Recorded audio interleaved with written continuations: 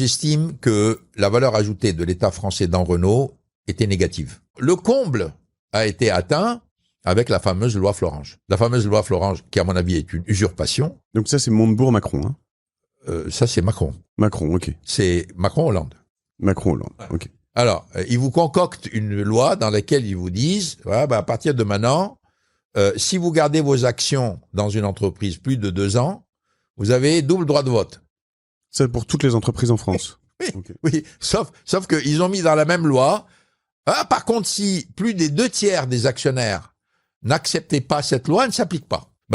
Quand il y a eu donc cette proposition de loi Florange, moi j'étais tombé des nues en disant mais pourquoi finalement quand il y a une loi comme ça, vous dites ça bénéficie. Qui en tire le bénéfice?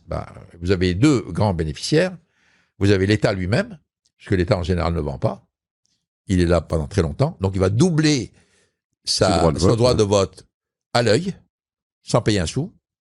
Et puis vous avez les familles, parce que les familles aussi qui possèdent leur entreprise vont rester très longtemps. Sur le principe, je suis pas d'accord, parce que je pense que je suis dans une économie libérale, et ça c'est complètement contraire à tous les principes. Et deuxièmement, vous êtes en train de mettre Nissan dans une situation très compliquée, parce que Nissan a 15% de Renault et a 0% de droit de vote. Les Japonais n'ont jamais gobé. Mais tant que Renault, l'État français a 15% de Renault, Nissan a 15% de Renault, l'État français vote avec ses 15%, Nissan ne vote pas, c'était pas bien vu au Japon, mais c'était toléré. Quand l'État français a sorti sa fameuse loi Florange, l'État français passe au double et refuse que Nissan vote. Alors là, ça a fait vraiment déborder le vase. J'avais alerté tout le monde en disant, écoutez les gars, là c'est de la provocation. Vous êtes japonais, on dit, monsieur Ghosn, vous défendez votre empire, vous êtes en contrôle, vous allez amadouer les Japonais, etc. Je dis pas du tout.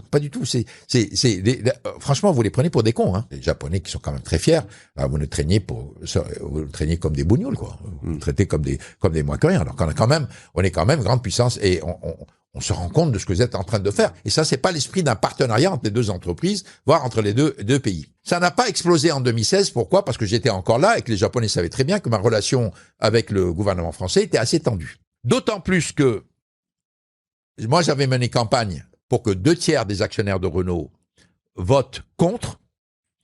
Et les sondages me disaient gagnant. Or, ce que le ministre de cette époque, c'est-à-dire Macron, a fait, il a été emprunté de l'argent à la Deutsche Bank, aucune banque française n'a accepté de le faire avec lui, à la Deutsche Bank, pour monter dans le capital de Renault, pour m'empêcher d'avoir les 2/3 des banques. C'est du piratage, quoi. Je dirais, vous allez emprunter de l'argent pour empêcher que la loi que vous avez votée ne soit appliquée dans une entreprise. Franchement, je dirais, je sais pas comment vous pouvez le qualifier.